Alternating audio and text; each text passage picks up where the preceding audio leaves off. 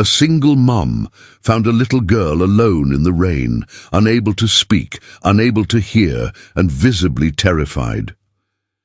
Bringing her inside, she had no idea that this child suffered from deep trauma and was the daughter of the most powerful man in town. But what began as an act of kindness revealed a secret that no one was prepared to face. This story will touch your heart. Subscribe to the channel and tell us what city you're listening from. The skies over River Falls had been pouring for 3 days straight, as if the universe itself was mourning something no one else noticed. Jemima Stone watched the dance of the droplets against the steamed-up window of her small corner diner, a simple place called Jem's Kitchen, where the aroma of home cooking bravely fought against the musty smell of the worn walls.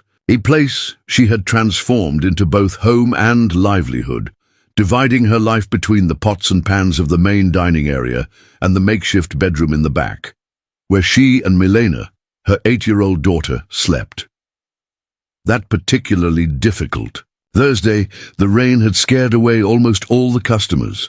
Only 3 tables had been occupied during lunch, which meant that, once again, Jemima would have to juggle the month's bills. At 32, her face held a simple, natural beauty, etched with premature lines, silent witnesses to the battles she had faced alone since Milena's father disappeared without a trace. Years ago. "Mom, can I finish my homework later? I want to help clean up," asked Milena, hunched over a notebook at the last table in the diner, a pencil dangling between her small fingers. Jemima smiled. Milena was her masterpiece, a child with a sensitivity that bordered on the supernatural, able to read the tiredness in her mother's eyes before she even felt it. "Finish up first, honey. Education always comes first," Jemima replied, while drying dishes with a worn cloth. "Then you can choose which dessert we'll bake for tomorrow." The dream of becoming a professional chef still pulsed within Jemima, even when suffocated by the urgencies of everyday life. Between free online courses she watched late at night and recipes she tested when business was slow, she nurtured the hope of one day owning her own bistro, not a roadside diner like this one, but a place where she could create, innovate, transform simple ingredients into memorable experiences.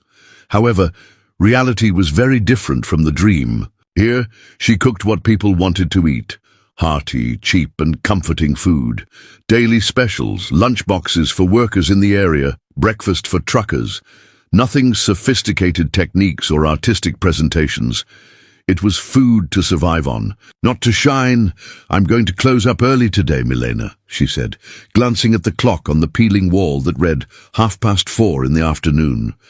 "With this rain, no one else is going to show." As she closed the cash register and sorted the bills to pay the supplier the next day, a metallic clatter on the sidewalk caught her attention. Jemima looked up and, through the foggy window, saw a small, fragile silhouette lying near the dumpster. "Stay." "Inside," she ordered her daughter, grabbing an umbrella and heading outside. The rain lashed out mercilessly as Jemima approached what appeared to be a girl. Maybe Milena's age, maybe a little older, it was hard to tell. She was completely soaked, platinum blonde hair plastered to her pale face, wearing clothes that, even wet, revealed quality and care.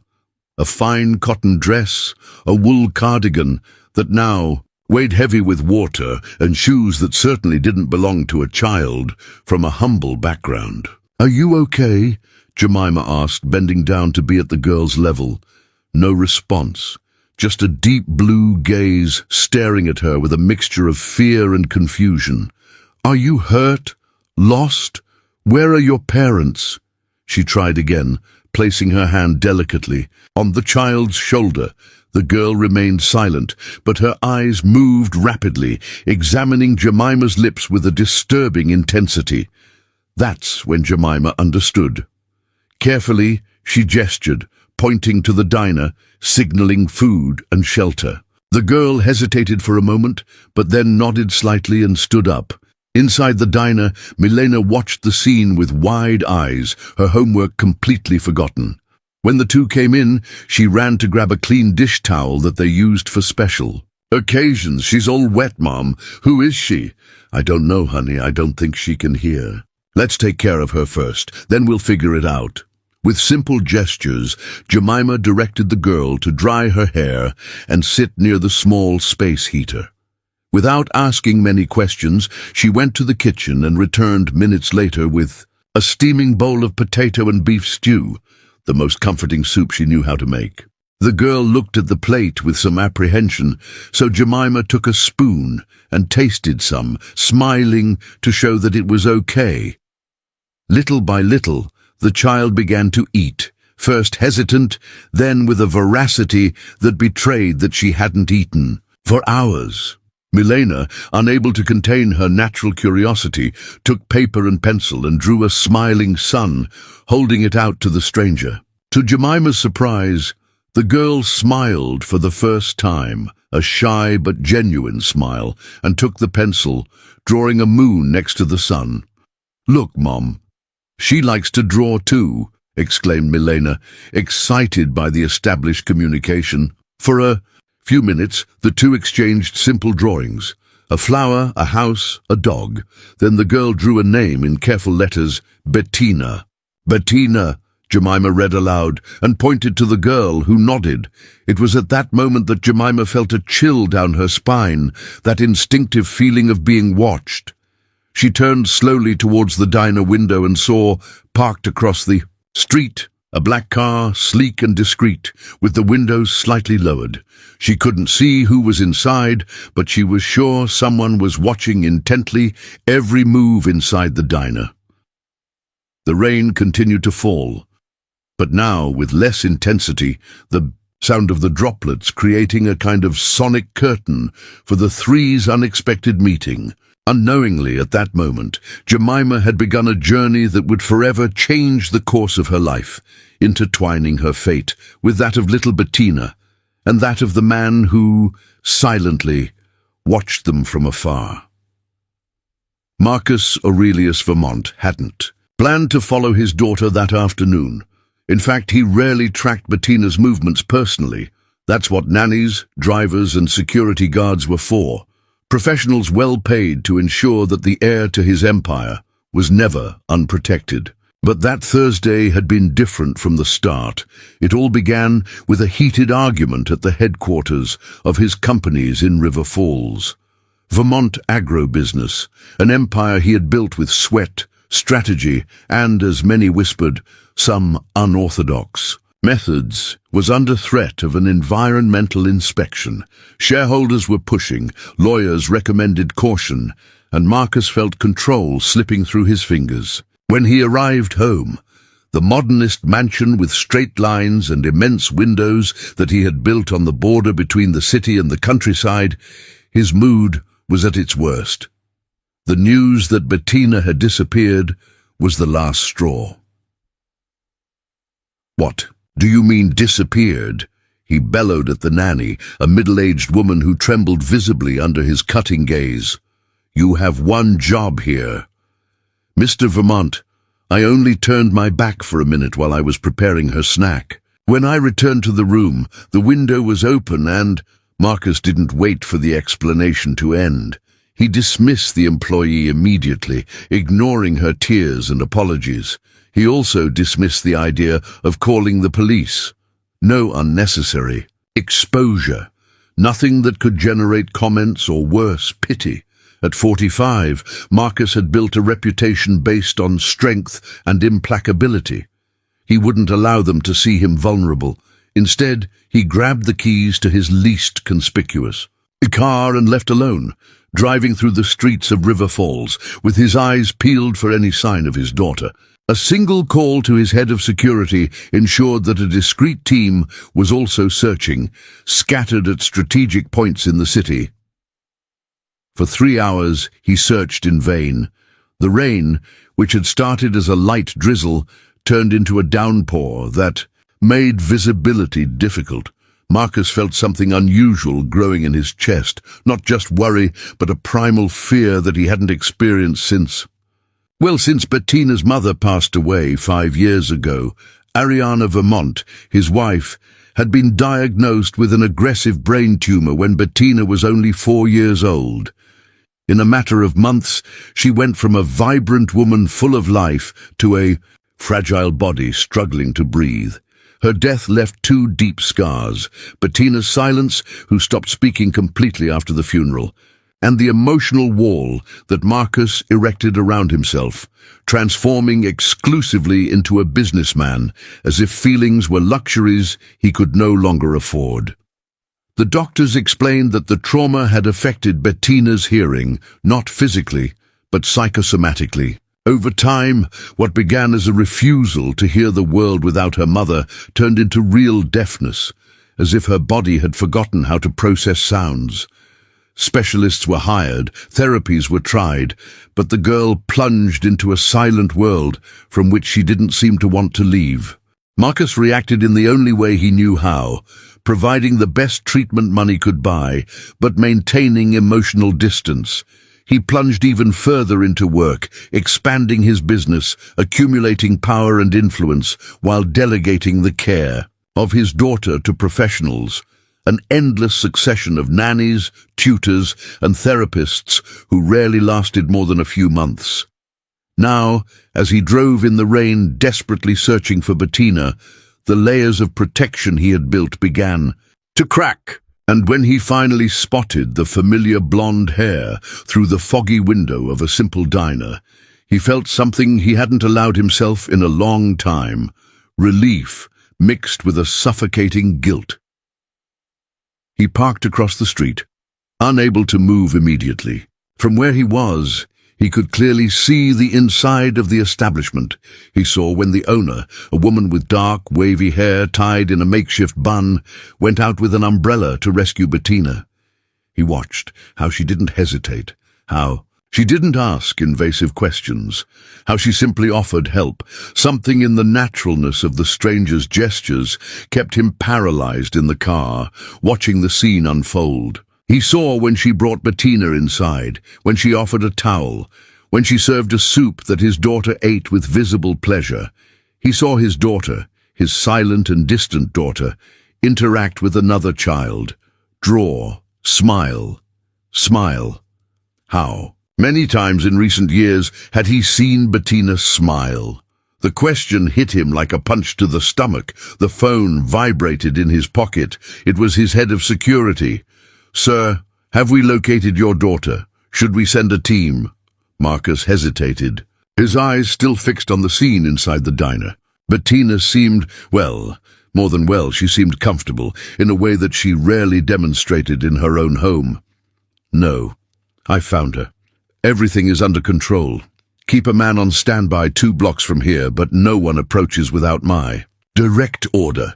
He hung up before he could be questioned and continued watching. The woman from the diner moved with a simple grace, efficient but gentle. She didn't have the artificial posture of the people he usually hired, that mixture of subservience and fear that always bothered him, but that he ended up accepting as part of the package of being who he was.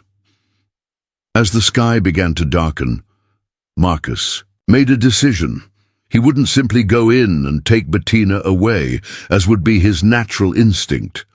Something told him that he needed to better understand what was happening there, what that simple place had, that his glass and concrete mansion didn't. He picked up the phone again and made a different call. "I need complete information about an establishment and its owner." He gave the address and hung up. In less than an hour, he received a message with a detailed file. Jemima Stone, 32 years old, single mother, no police record. Former gastronomy, student who dropped out of school in her 2nd year due to financial difficulties. Owner of Jem's Kitchen for 4 years, always up to date with taxes despite the evident difficulties. Only child, Millionaire'S Stone, 8 years old, student at the local municipal school, above average grades. No red flags, no suspicious behavior. A common, honest, simple life. When Marcus finally got out of the car, the rain had stopped completely, leaving in the air that peculiar smell of wet asphalt. He walked to the door of the diner and for the first time in a long time felt nervous. Not the calculated nervousness of big negotiations, but something more basic, more human. He took a deep breath and entered. The bell on the door tinkled softly as Marcus entered the diner, announcing his presence as an intruder in unfamiliar territory. Jemima turned around, still holding a dish towel, and immediately felt the air change in the room. Even dressed relatively simply, dark dress pants and a blue shirt with rolled-up sleeves, there was something about the man that screamed authority and power. It wasn't just his upright posture or the discreet but visibly expensive watch on his wrist. It was an almost palpable aura of someone accustomed to being obeyed without question. Bettina, who was drawing animatedly with Milena at a table in the corner, looked up. Her entire body stiffened momentarily. But then, to Jemima's surprise, she got up and ran to the man, hugging him around the waist. "You must be the father," Jemima said, placing the cloth on the counter and approaching with a neutral expression that hid her nervousness. There was something intimidating about that man, something that made her feel inadequate in her own space. "Marcus Aurelius Vermont," he introduced himself, extending his hand formally while the other rested on Bettina's shoulder. "I appreciate you taking care of my daughter." The last name hit Jemima like lightning. Vermont. There wasn't anyone in River Falls who didn't know that name, associated with the largest rural properties in the region, an agro-industrial complex that employed hundreds of people, generous. Donations to hospitals and, according to darker rumors, negotiations that bordered on illegality to expand his empire. "Jemima Stone," she replied, shaking his outstretched hand briefly. "Your daughter is lovely. Milena and she got along very well." Marcus observed little Milena, who remained seated at the table, watching the scene with curiosity. Bettina ran. "Away from home," he said finally. She had never done that before. There was a note of vulnerability in his voice that didn't match his posture, as if two different people inhabited the same body. Jemima felt her initial discomfort soften a little. "Why don't you sit down? I can serve you some coffee while the girls finish drawing." To her surprise, Marcus accepted, choosing a table near the window. Jemima noticed how his eyes scanned the room, not with disdain as she expected, but with an analytical curiosity, like someone trying to decipher an enigma. "She doesn't communicate much, does she?" Jemima asked, while pouring the coffee into a simple but clean cup. "I notice that she is deaf," completed Marcus, the word coming out as if it was still difficult to pronounce even after years. "Result of a trauma. Physically, there is nothing wrong with her ears." Jemima nodded, without asking for details. She had learned that certain stories needed time and trust to be told. Instead, she commented, "She draws very well for her age. She has talent." Something passed through Marcus's eyes. Surprise, maybe. "She draws. I didn't know that." The confession hung in the air between them, loaded with unspoken meanings. Jemima wanted to ask how it was possible not to know this detail about his own daughter, but bit her tongue. It wasn't her place to judge. Children sometimes keep parts of themselves hidden, waiting for the right moment or the right person to show them, she said finally. Milena spent months hiding that she knew how to do origami, until one day she simply filled our room with 1,000 colorful surus. An almost smile appeared on Marcus's lips, disappearing so quickly that Jemima questioned whether she had really seen it. "You have an extraordinary daughter, Miss Stone." "Jemima, please, and thank you. I think so too." For a few minutes they remained silent, watching the girls, who had now returned to drawing together, so engrossed that they seemed to have completely forgotten the presence of the adults. "I need to take her home," Marcus said finally, checking his watch. "How much do I owe you for dinner and for taking care of her?" Jemima felt her face flush. "Absolutely nothing. Anyone would have done the same." "You'd be surprised," he murmured, more to himself than to her. He got up and approached Bettina, gently touching her shoulder. The girl looked up, and a silent communication passed between father and daughter. Without resistance, but visibly disappointed, Bettina began to gather her drawings. Milena, realizing that her new friend was leaving, quickly grabbed a piece of paper and drew what appeared to be two girls holding hands, with an arrow pointing to the diner and a big question. "Mark." Bettina smiled and nodded enthusiastically, looking at her father with pleading eyes. "Can she come back?" translated Milena, pointing to the drawing. "To play with me?" Marcus seemed momentarily disarmed by the direct question. "Maybe," he replied, the neutral tone not revealing the whirlwind of thoughts that the simple question had triggered. He watched Bettina hug Milena and then, to his surprise, hug Jemima tightly, as if she didn't want to let go. There was a raw emotion in that hug, a need that he had never been able to satisfy, no matter how many expensive gifts or hired specialists. When they finally left, night had already completely fallen over River Falls. Marcus helped Bettina into the car and, before walking around to the driver's side, turned to Jemima, who remained at the door of the diner. "Thank you," he said simply. "Not just for taking care of her today, but for—" He hesitated, searching for the right words. "For seeing her. Really seeing her."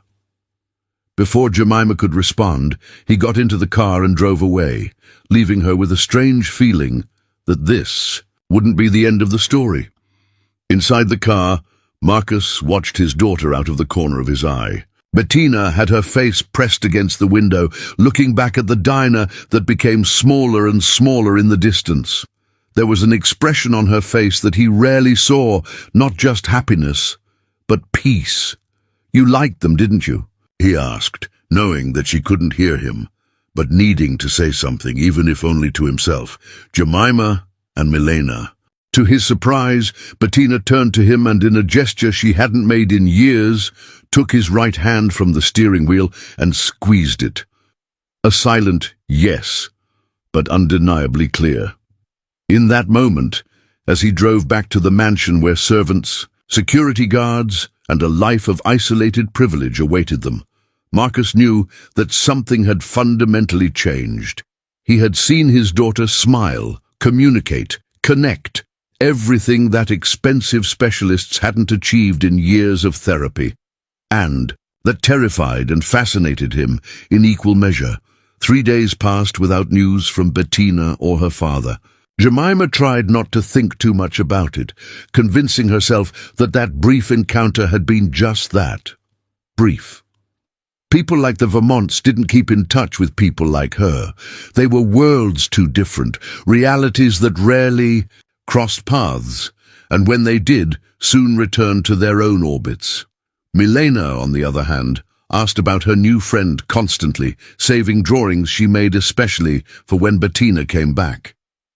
When, not if, the childish certainty that Jemima didn't have the heart to shake. On the morning of the 4th day, as she prepared the diner to open, she heard a soft knock on the door. It was still half an hour before opening time, but early bird customers weren't uncommon. However, when she opened the door, she didn't find a worker looking for strong coffee, but a man in an impeccable suit, military posture, and neutral expression. "Miss Stone?" he asked, extending an envelope of thick, clearly expensive paper. "Mr. Vermont requests your presence this afternoon, if possible." Jemima took the envelope hesitantly, feeling the weight and texture of the paper between her fingers. "Has something happened to Bettina? I'm not authorized to discuss details, ma'am. Just to deliver this invitation and, if you accept, provide transportation at 3 p.m. After the man left, Jemima stared at the sealed envelope for long minutes.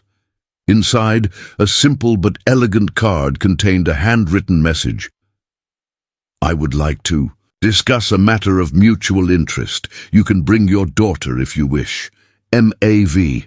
Throughout the day, Jemima felt torn. Curiosity fought against distrust, maternal instinct against reason. Why would a man like Marcus Vermont want to talk to her? What could he want from a diner cook? When she closed the diner early and went to pick up Milena from school, she still hadn't decided whether to accept the invitation. It was her daughter's reaction that tipped the scales. "Are we going to see Bettina?" she asked, her eyes sparkling with excitement. "Can we bring the drawings?" How could she say no to that pure enthusiasm? At 3 o'clock sharp, a black car, not the same one Marcus drove days before, but larger and even more intimidating, stopped in front of the diner. The same man from the envelope got out and opened the back door for them. "It's like being a princess, Mom," whispered Milena, clutching her drawing portfolio as she entered the vehicle with wide eyes. The trip lasted about 20 minutes, taking them out of the urban perimeter of River Falls, towards the areas of elite farms that surrounded the city. Finally, the car entered through a discreet but obviously very well-protected gate, traveling a private road for a few more minutes until a building appeared before them. The Vermont's house wasn't the ostentatious mansion that Jemima had imagined, but something more sophisticated and restrained. Straight lines, many windows, integration with the surrounding nature. Modern, elegant, and despite its size, almost minimalist. "Wow," Milena murmured. "It looks like a movie house." They were greeted by a housekeeper at the entrance, who led them through an entrance hall decorated with contemporary art to a spacious living room overlooking the gardens. There, they found not only Marcus, but also Bettina, who, upon seeing them, let out a small sound of joy, the first sound Jemima had heard her make, and ran to hug Milena. "Thank you for coming," said Marcus, rising from a leather armchair. He was dressed more casually than at the diner, but still impeccable. "The girls can play in the garden while we talk. It's completely safe, and there are staff watching." After the girls left, an uncomfortable silence filled the room. Jemima felt out of place among the designer furniture and the perfect view, conscious of her unvarnished nails and the simple dress she had chosen, the best she had, but still, clearly cheap compared to the surroundings. "Since she visited your diner, Bettina has been different," Marcus began finally. "More expressive, more present." Jemima nodded, unsure what to say. "Do you have any special training? Have you worked with children with special needs before?" "No, sir. I'm just a cook and a mom." An almost imperceptible smile appeared at the corner of Marcus's lips. "Just," he repeated, as if testing the taste of the word. "Interesting how we use that word to diminish things that, in fact, are fundamental." He paused, observing her with intensity, as if assessing something beyond what he could see. "I'll get straight to the point, Miss Stone. I want to hire you." Jemima blinked, confused. "To cook? For Bettina." Marcus stood up, walking to the window from where they could see the girls running in the garden. "Since her mother passed away, I've hired an endless series of specialists, therapists, educators, people with impeccable resumes and scientifically proven methods. None achieved what you did on a rainy afternoon." Jemima felt the weight of the words, the unexpected vulnerability behind them. "Mr. Vermont, I didn't do anything special. I just treated her as I would treat any child." "Exactly." He turned to face her. "That's precisely the point. You treated her as a person, not as a clinical case or a problem to be solved." Jemima felt uncomfortable with the intensity of his gaze. "What exactly are you proposing, Mr. Vermont?" "I want to hire you as Bettina's tutor and caregiver, not a traditional nanny or a governess. Something more integral. Someone who can create an environment similar to what she experienced in your diner, a real home." The shock must have been evident on Jemima's face as Marcus continued quickly. "The salary would be substantial, of course. Much more than the diner could make in a year. You would have your own apartment on the property, all expenses paid, and freedom to define the pedagogical approach. Your daughter would be welcome to live here too, would attend the best school in the area, with all the opportunities that money can buy." Jemima felt her head spin with the absurd proposal. It was as if she had been transported to a parallel universe where people like her received job offers that would completely change their lives overnight. But I have no training in special education. I don't speak sign language. I have no qualifications. You have the only qualification that matters. My daughter trusts you. Marcus took a deep breath, as if the next words were difficult to pronounce. I'm desperate, Miss Stone. I've tried all the conventional methods. Now I'm willing to try something different. Jemima looked out the window, watching the girls. Bettina and Milena had found a place under a large tree and were completely absorbed in their drawings, creating a world of their own, without words.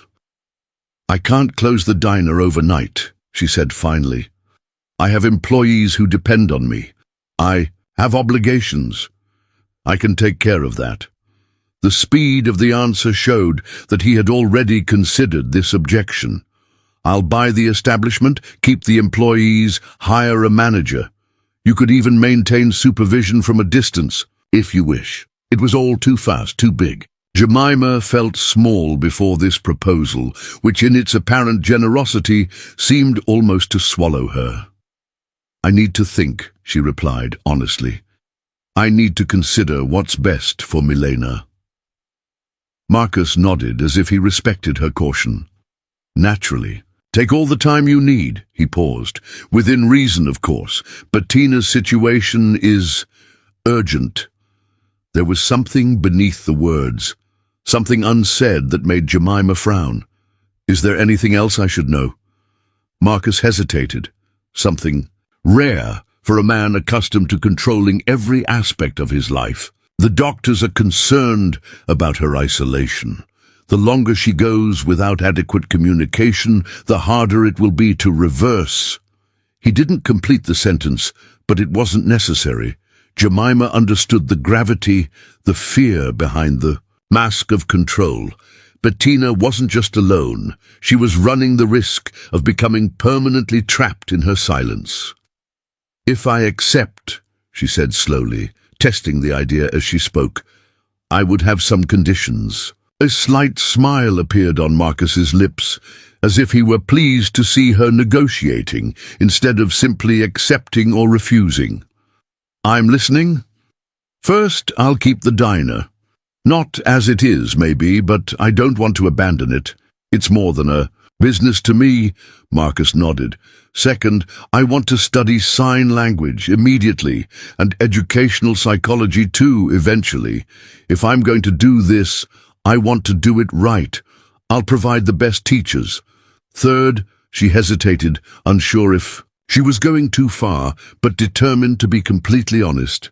I need your guarantee that I'll have real autonomy. I can't work if I'm constantly being supervised or questioned. Something passed over Marcus's face. Surprise, perhaps, or admiration, but it was quickly replaced by his usual neutral expression. That's a reasonable condition. He held out his hand. Do we have a deal, then? Jemima looked at his outstretched hand, feeling the weight of the decision. She wasn't just accepting a job, she was altering the course of her life and her daughter's. It was scary and exciting at the same time. We have a deal, she said finally, shaking his hand. Outside, without either of them knowing, Bettina watched the scene through the window. She couldn't hear the words exchanged, but she understood the gesture. And for the first time in a long time, she felt something akin to hope grow inside her. The first weeks at the Vermont mansion were a roller coaster of emotions for Jemima. The transition from the small apartment behind the diner to the elegant set of rooms she now occupied with Milena on the main grounds was just the beginning of the changes. The diner continued to operate under new management, a competent manager that Marcus found seemingly out of nowhere and who implemented Jemima's recipes with almost religious respect. 3 times a week, Jemima visited the space to supervise, test new dishes, and keep alive her connection with the culinary dream that still burned in her chest, even if more distant now. On the other days, she dove headfirst into her new mission, building bridges to Bettina's silent world. Intensive sign language lessons occupied 2 hours every morning, with a patient teacher who praised her determination. In the afternoons, she divided her time between practical activities with Bettina and voracious reading on pedagogy, child psychology, and alternative communication methods. "You don't have to learn everything in a month," commented Marcus one night, finding her asleep over a pile of books in the library. "Yes, I do," she replied, straightening up quickly and disguising the embarrassment of being caught in a moment of weakness. Every day that passes is a day that she remains isolated. Marcus observed her with an expression that Jemima still had difficulty interpreting. In the days following her hiring, he maintained a careful distance, occasionally appearing for dinners or activities with Bettina, but clearly delegating to her all responsibility for his daughter's well-being and development. "You have a theory about why she connected with you and Milena, don't you?" he asked, sitting in the armchair opposite hers, something he rarely did. "Something that's not in these books." Jemima hesitated. She had, in fact, developed some ideas of her own, based more on intuition than on science. "I think Bettina didn't just need specialists," she said finally.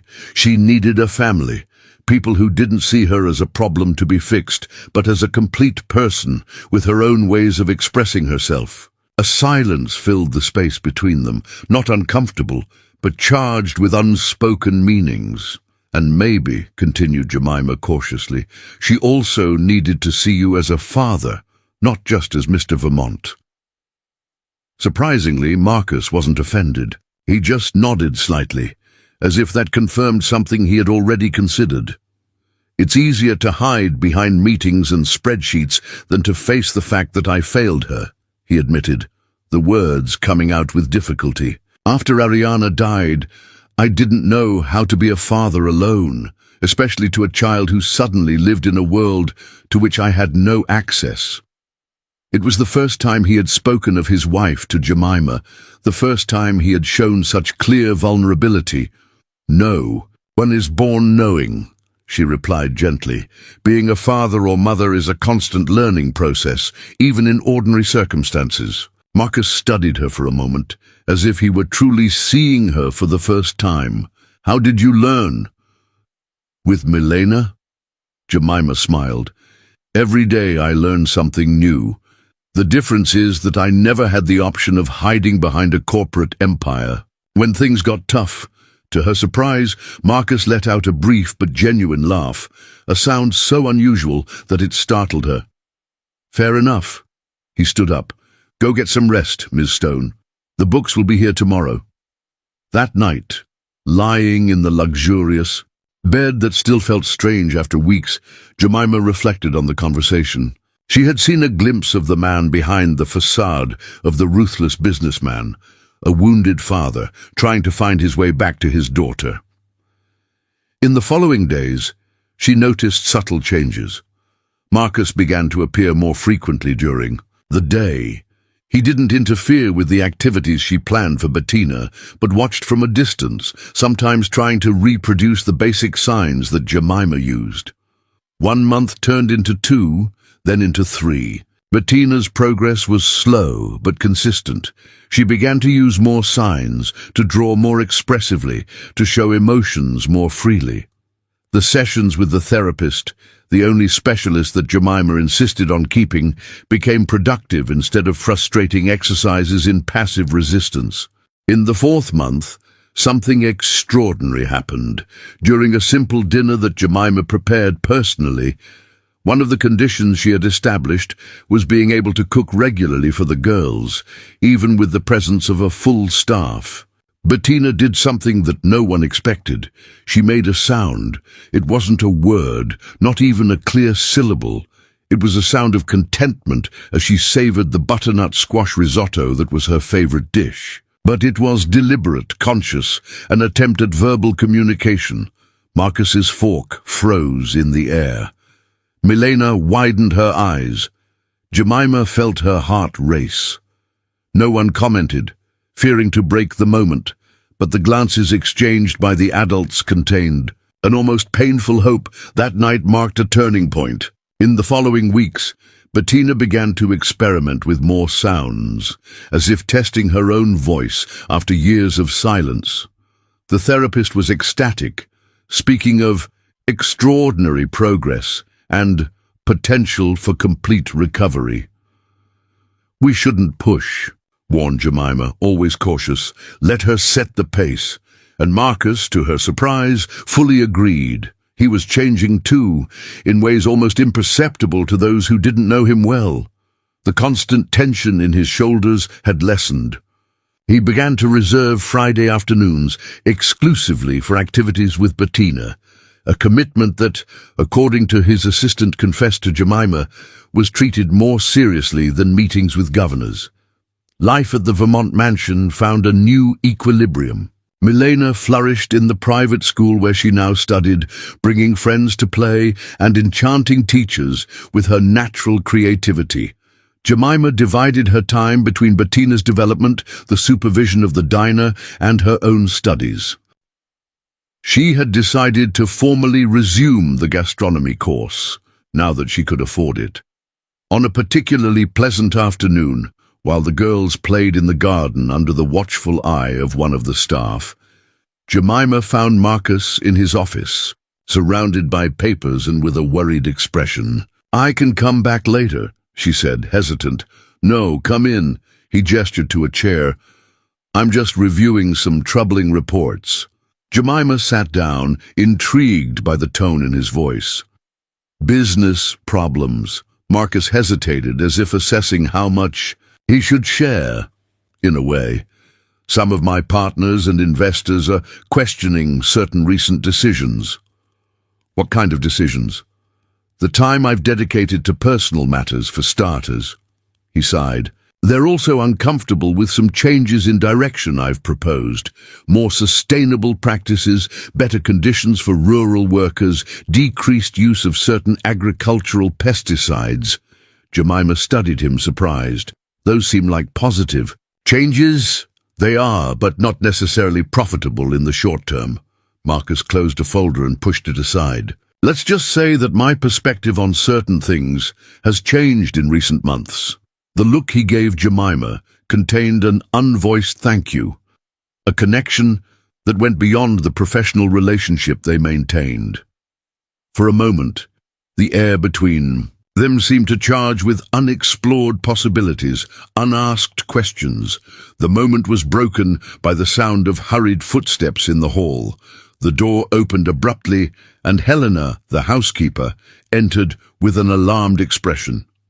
"Mr. Vermont, Miss Stone, there's been an accident in the garden." The words fell like stones. Jemima felt her entire body freeze, even before hearing the details. Time seemed to have distorted, as Jemima and Marcus ran to the back of the property. What Helena said on the way was terrifying. One of the security dogs, an animal trained only to obey certain commands, had escaped the control of its handler when the handler mistook an order. The dog advanced towards the girls who were playing near the edge of the garden. When they arrived at the scene, the situation had already been partially controlled. The animal was contained, but fear hung in the air like electricity. In the center of a circle of agitated employees, Milena was sitting on the grass, holding her right arm close to her body, her pale face contrasting with the bright red that stained her white blouse. "Milena." Jemima ran, kneeling beside her daughter, her heart almost stopping at the sight of the blood. "Mom," whispered Milena, her eyes huge and frightened. "Bettina is okay. I protected her." Only then, Jemima noticed Bettina kneeling on the other side of Milena, trembling violently, her face wet with silent tears, her hands making frantic signs that Jemima translated immediately. "My fault! My fault!" She threw herself in front. The understanding of what had happened struck Jemima and Marcus simultaneously. Milena had seen the danger first. The dog lunging towards Bettina, who, unable to hear the barks or warning shouts, was completely vulnerable. In an act of instinctive courage, Milena had placed herself between her friend and the animal. "Ambulance, now!" ordered Marcus, his voice harsh with horror. "We already called, sir. They're on their way." The next few minutes were a blur of activity. Paramedics arrived with impressive efficiency, examined Milena, and confirmed that despite the scary blood, the wound was relatively superficial, a bite that had torn skin and muscle, but not reached tendons or arteries. She would need stitches and treatment, but would recover completely. At the hospital, while Milena received care, Jemima found herself alone in the waiting room with Bettina, who had refused to be separated from them. Marcus had stayed behind to deal with the negligent employee and ensure that the dog was removed from the property immediately. Bettina wouldn't stop crying, her fingers repeatedly forming the same sign. "My fault." Jemima held her small hands between hers and waited until the blue eyes focused on her face. "It wasn't your fault," she said slowly, so that Bettina could read her lips, and repeated in signs. "It was an accident. Milena is okay. You are safe." It was the first time she had seen anything resembling anger on Bettina's face. The girl pulled her hands away forcefully and signed furiously. "Why do people always get hurt because of me? Mum died. Now Milena." The revelation hit Jemima like a punch to the gut. All these years, the girl had carried the guilt for her mother's. A death? Was this the root of the trauma that had silenced her? "Bettina," Jemima signed carefully, making sure each movement was clear. "Your mother didn't die because of you. She was sick. It wasn't anyone's fault, especially not yours." Bettina shook her head violently, tears falling uncontrollably. "She got sick taking care of me when I had a fever. If it wasn't for me, she would have gone to the doctor sooner." The final piece of the puzzle fell into place. It was a connection that a child would make, that the high fever that Bettina had weeks before Ariana's first symptoms had some connection to the brain tumor that eventually killed her. A tragic coincidence that the mind of a 4-year-old had transformed into cause and effect. "Oh, my love," Jemima murmured, pulling Bettina close. "That's not how it was. Your mother was already sick, even without knowing it. Nothing you did caused this. Nothing." She felt the small body tremble against hers as silent sobs racked Bettina. For minutes that seemed like hours, she simply held her, rocking gently until the sobs subsided. It was at that moment that Marcus arrived, his face a mask of control that barely hid the panic beneath the surface. When he saw Bettina in Jemima's arms, he stopped momentarily, as if afraid to break the fragile peace that had settled. "How's Milena?" he asked, approaching cautiously. "Getting stitches. She'll be okay." Jemima took a deep breath. "Marcus, we need to talk about Bettina, about what really happened when Ariana got sick." Hours later, with Milena sleeping in a private room at the hospital, courtesy of Marcus's influence, who ensured she received the best possible treatment, the three faced a conversation that should have happened years before, with Jemima translating. Bettina finally shared the burden she had carried alone, the childish certainty that she had infected her mother, that her illness had been the cause of Ariana's collapse weeks later, that in some way she was responsible for her death. Marcus listened in silence, his face visibly aging with each word. When Bettina finally finished, he knelt before her, took her small hands, and in a choked voice that Jemima had never heard before, spoke directly to his daughter. "I failed you in every way possible." The words came out haltingly, but he continued, determined. "Your mother had a brain tumor that was already growing long before you got sick. The doctors told me it was probably already there for years. Nothing, absolutely nothing that happened was your fault." Jemima translated everything. In signs, watching Bettina's eyes fixed on her father, absorbing each word with a painful intensity. I didn't realize you were carrying this weight, Marcus continued. I was so lost in my own grief that I didn't see yours. Forgive me, daughter. Please, forgive me. In a movement that broke all barriers, Bettina threw herself into her father's arms, clinging to him as if her life depended on it. And then, like a miracle born of shared pain, her voice, small, hoarse from disuse but unmistakably real, emerged. Daddy. The single word echoed in the hospital room like a bell announcing the end of a long winter. In the week following the accident, while Milena recovered at home, not in the mansion, but in the apartment above the diner, where Jemima insisted on staying to give her daughter a more welcoming environment, the local press discovered the incident. What started as a small note about the accident on the Vermont property quickly turned into a bigger story when journalists dug deeper and discovered Jemima and Milena's presence in the Vermont's lives. Millionaire hires unqualified cook to care for deaf daughter. Employee's daughter attacked by guard dog at Vermont mansion. CEO's questionable decisions affect family safety. The sensational headlines multiplied, some insinuating an inappropriate relationship between employer and employee, others questioning Jemima's competence to care for a child with special needs. Many criticizing Marcus for exposing his heiress to unnecessary risks. Pressure came from all sides. Shareholders sent formal letters expressing concern about the distractions in Marcus's personal life. Longtime employees discreetly questioned the presence of Jemima and her daughter. Competitors seized the opportunity to spread rumors about the stability of the Vermont empire. When Marcus appeared at Jemima's apartment 3 days after they left the hospital, his expression was somber. "We need to talk," he said, after briefly greeting Milena, who was watching television with her arm in a sling. On the small terrace overlooking the busy street, so different from the extensive gardens of the mansion, Marcus finally exposed the situation. "The board is pushing. They want me to resolve the situation." His tone made clear what that meant. Jemima felt a familiar pang in her chest, that feeling that something good was about to be snatched from her hands, as had happened so often in her life. "I understand," she said simply. "When should we leave?" Marcus seemed surprised by the speed of her acceptance. "I'm not saying that." "Yes, you are," she interrupted, without resentment, just stating a fact. "And that's okay. I always knew this was temporary, that one day reality would come knocking."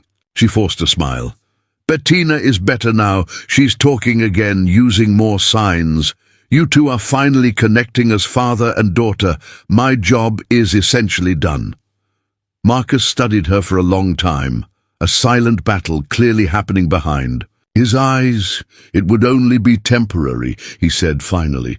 "Until the waters calm down, then we could—" "No." The firmness in Jemima's voice surprised him. "Don't make promises you can't keep. That's not fair to anyone, especially the girls." The silence that followed was filled only by the sound of the traffic below, and in the distance, occasional laughter from Milena, reacting to something on television. "What are you going to do?" asked Marcus finally. Jemima took a deep breath, finding a resolution she didn't know she possessed. "What I've always done, keep moving forward, take care of my daughter, work hard." A genuine smile emerged, surprising them both. "In fact, I think it's time to finally pursue my dream for real." "The bistro?" "Yes, I have savings now, thanks to your generous salary. And I've learned a lot in recent months, not just about cooking, but about taking risks, about believing in myself." Marcus nodded slowly. "Anything you need?" "I don't need charity," she interrupted softly. "Just a fair chance. And that I can get on my own." When Marcus left, he took with him all of Bettina's clothes and favorite toys that had remained in the apartment during the girls' frequent visits. The farewell was painful, with promises of visits that both knew would become increasingly rare until they disappeared completely. The following weeks were of readjustment. Jemima reassumed the daily operation of the diner, thanking the manager that Marcus had hired for keeping everything running perfectly. Milena returned to public school without complaining about the change, but Jemima noticed how her daughter's eyes sometimes searched for Bettina in the corners of the room, as if she expected her to appear at any moment. In her spare time, Jemima worked on her business plan. The current diner served its purpose, but it wasn't the place to realize her dream. She needed a different space, smaller, more intimate, where she could create true culinary experiences instead of just feeding people. It was during this period that she realized another unexpected result of her experience with the Vermonts. She had become almost fluent in sign language. One day, while serving a group of regular customers, she noticed a young couple trying to order with difficulty. The waiter seemed confused, and the customers increasingly frustrated, until the woman began to use signs that Jemima immediately recognized. Without hesitation, she approached and signed, "Can I help?" The relief on the couple's faces was instantaneous. After taking their orders and ensuring they were served perfectly, Jemima had an epiphany that kept her awake all night. Her bistro would not only be a place to showcase her culinary talent, but also an inclusive space where deaf and hearing people could enjoy a dining experience without barriers. In the following weeks, she hired 2 young deaf people as kitchen apprentices. She created a special dinner menu for Friday nights that she called Silent Night, where customers were encouraged to experience the meal without speaking, using illustrated cards or basic signs that the staff taught. What started as an experiment quickly became the restaurant's most popular event, with reservations sold out weeks in advance. Jemima Stone's name began to circulate in the culinary circles of River Falls, first as a curiosity, then as an example of social innovation through food. Journalists who had previously written sensational headlines about her connection with the Vermonts now sought her out for stories about her inclusion initiative. 3 months after the separation, on a particularly busy Friday night, Jemima was so busy in the kitchen that she didn't immediately notice when a special customer entered. It was Milena who ran to her, her eyes sparkling with excitement. "Mom, Bettina's here, with her dad." Jemima's heart skipped a beat. Taking a deep breath, she wiped her hands on her apron and went out to the dining room. There they were, Bettina, visibly taller after just 3 months, and Marcus, without his usual suit, wearing a simple shirt and jeans, a sight so unusual that Jemima almost didn't recognize him. Bettina ran to hug her, and then, to Jemima's complete astonishment, spoke. In a loud, clear voice, "I missed you." The words were slightly slurred, but perfectly understandable. Jemima felt tears well up instantly. "I missed you too, honey." Milena and Bettina quickly disappeared to the corner of the restaurant that had been transformed into a small play area, leaving the adults alone, immersed in a silence charged with unasked questions. "She's talking," Jemima commented finally. "Yes, the speech therapist says it's one of the most extraordinary cases of recovery she's ever seen." Marcus hesitated, searching for the right words. "She doesn't stop asking about you and Milena every day." Jemima nodded, unsure what to say. Marcus's presence there, in her territory dressed so differently from his usual persona, disconcerted her. "Why are you here, Marcus?" He seemed momentarily surprised by the frankness, but soon his face broke into a tired smile. "To apologize, to invite you to dinner, to show you a project. For several things, actually." He indicated a table in the back, already reserved. As they walked there, Marcus greeted the deaf employees with basic but correct signs, surprising Jemima again. "You're learning sign language?" 3 times a week. "I'm not as fast as you, but I'm progressing." He pulled out the chair for her before sitting down. "I'm also learning to be a full-time dad. I fired the nanny and reorganized my work schedule." "And the board? The shareholders?" A resolute expression crossed his face. I informed them that my personal life is not open for voting. Some didn't like it and sold their shares. Others understood. Jemima studied him, noticing the small changes. Some new wrinkles around his eyes, a subtle relaxation in his always rigid posture, an openness that wasn't there before. What changed? Marcus took an envelope from his pocket and placed it on the table. I realized I was trying to buy solutions to problems that required something very different. Time, presence, courage. He pushed the envelope towards her. And I also realized that I made a terrible mistake by pushing you and Milena out of our lives. With slightly trembling hands, Jemima opened the envelope. Inside, there were an architectural plan and a contract. As she examined the documents, her eyes gradually widened. This is a restaurant in the center of River Falls, in a recently restored historic building. Marcus pointed to the name elegantly printed in the project header. Silences and Flavors. Inclusive Gastronomy by Jemima Stone. I can't accept this, she murmured, her voice choked with emotion. It's too much. It's not a gift, he clarified quickly. It's a business proposal. You would be the chef and creative director with 70% ownership. The remaining 30% would be my investment as a silent partner. All profits from my part would be directed to a new professional training program for deaf youth. Jemima looked again at the documents, noticing now the details. Open kitchen, space for classes, design thought out for maximum accessibility. Why? She asked finally, raising her eyes to meet his. Marcus took a deep breath before answering.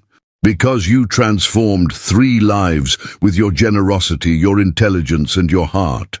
Mine, Bettina's, and dozens of other people who now have a place where they are truly seen. He paused. And because I learned that some people come into our lives not by chance, but because we desperately need them, even when we don't know it. Across the restaurant, the laughter of Bettina and Milena created a perfect soundtrack for the moment. There was something poetic in the way the sound of Bettina's newfound voice mixed with the murmur of the restaurant, an auditory symbol of broken barriers, of worlds meeting. I need to think, said Jemima carefully. Not just about the restaurant, but about everything. Marcus nodded without pressuring her. Take all the time you need. Some decisions deserve careful consideration. A genuine smile illuminated his face when he added, I learned that from a certain cook I met on a rainy day. 3 months later, the elegant sign on the facade of a historic building in the heart of River Falls announced the opening of Silences and Flavors, the first truly inclusive restaurant in the region. On the opening invitation, under Jemima Stone's name as chef owner, there was a simple but profound phrase, because every story of transformation begins with an act of kindness. On opening night, as the restaurant filled with people, some curious about the novelty, others attracted by the story that was now known throughout the city, Jemima watched from her glass kitchen the dining room where different worlds met. Deaf and hearing customers, rich and middle class, old and young, all sharing an experience that transcended words. At a special table near the windows, Bettina and Milena sat side by side as always, now in identical school uniforms. Jemima had finally accepted Marcus's offer for Milena to attend the same private school as his daughter. The two were inseparable, each enriching the other's life in ways that no adult could have foreseen. And next to them, Marcus Vermont watched the movement with an expression of contentment that few would associate with the ruthless businessman he once was. When his gaze met Jemima's through the kitchen opening, a shared smile passed between them, a silent communication that said more than 1,000 words. What had started with a bowl of soup on a rainy day had transformed into something much bigger, a rebuilt family, a redeemed man, an empowered woman. Two children who found in their difference an extraordinary strength and a place where silence did not mean absence, but just a different form of communication. Jemima left the kitchen briefly to supervise the service, stopping at the table where the three people who had changed her life were sitting. Marcus took her hand discreetly, a gesture that was still new to both of them, part of a relationship that evolved slowly, built on solid foundations of mutual respect and admiration. "How does it feel?" he asked. Jemima looked around at the dream that had materialized, at the smiling people, at the two girls who were happily vying for their attention. She felt the warmth of Marcus's hand in hers, the confidence in her own worth that she had discovered along this journey. "Home," she answered simply. "Finally, home." And as the murmur of the restaurant grew around them, Jemima knew with absolute certainty that sometimes it is the storms of life that lead us exactly where we need to be, that true love has many forms, and that the deepest communication often happens without words, in the sacred silence between hearts that have finally found their place in the world.